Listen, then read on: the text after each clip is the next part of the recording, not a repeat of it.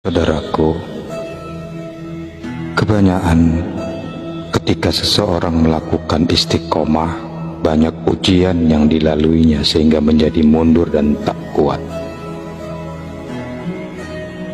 Melalui video ini akan disampaikan beberapa perkara yang dapat membantu seseorang untuk tetap istiqomah di atas jalan Allah, serta selamat dari belitan tipu daya iblis.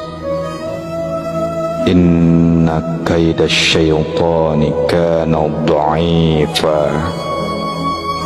An-Nisa 76. Sesungguhnya tipu daya setan adalah lemah. Lalu, bagaimana cara agar tetap istiqomah?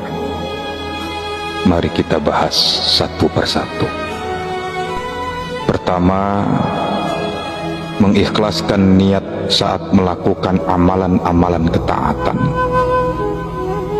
Inilah pintu utama, yaitu pintu yang dapat mengantarkan seseorang untuk dapat istiqomah dalam hidupnya, sehingga ia dapat berjumpa dengan Allah dalam keadaan bahagia. Hendaklah seseorang membersihkan hatinya dari sifat ingin dipuji atau tujuan-tujuan duniawi saat melakukan amalan-amalan ketaatan kepada Allah Subhanahu wa ta'ala. Kemudian yang kedua, berdoa agar diberikan keistiqomahan. Saudaraku, doa adalah senjata seorang muslim.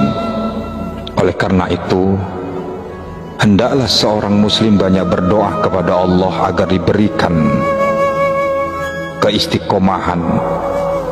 Di antara doa yang paling sering dibaca oleh Rasulullah sallallahu alaihi wasallam adalah Ya muqallibal qulub, tabbat qalbi ala dinik.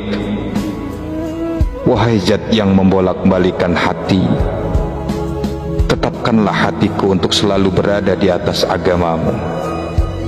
Kemudian yang ketiga, tanamkan keyakinan. Istiqomah adalah perkara yang membutuhkan perjuangan besar. Tentunya orang yang dapat istiqomah akan mendapatkan balasan yang besar sebagai balasan atas usaha yang dilakukannya. Allah Subhanahu wa ta'ala berfirman di dalam surat Al-Ahqaf ayat 13-14 yang artinya, sesungguhnya orang-orang yang mengatakan Tuhan kami ialah Allah, kemudian mereka tetap istiqomah, maka mereka akan dibebaskan dari rasa takut dan kesedihan. Mereka itulah penghuni-penghuni surga. Mereka kekal di dalamnya sebagai balasan atas apa yang telah mereka kerjakan.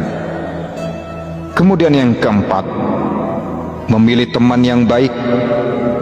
Teman yang baik akan membantu kita untuk dapat istiqomah di jalan Allah.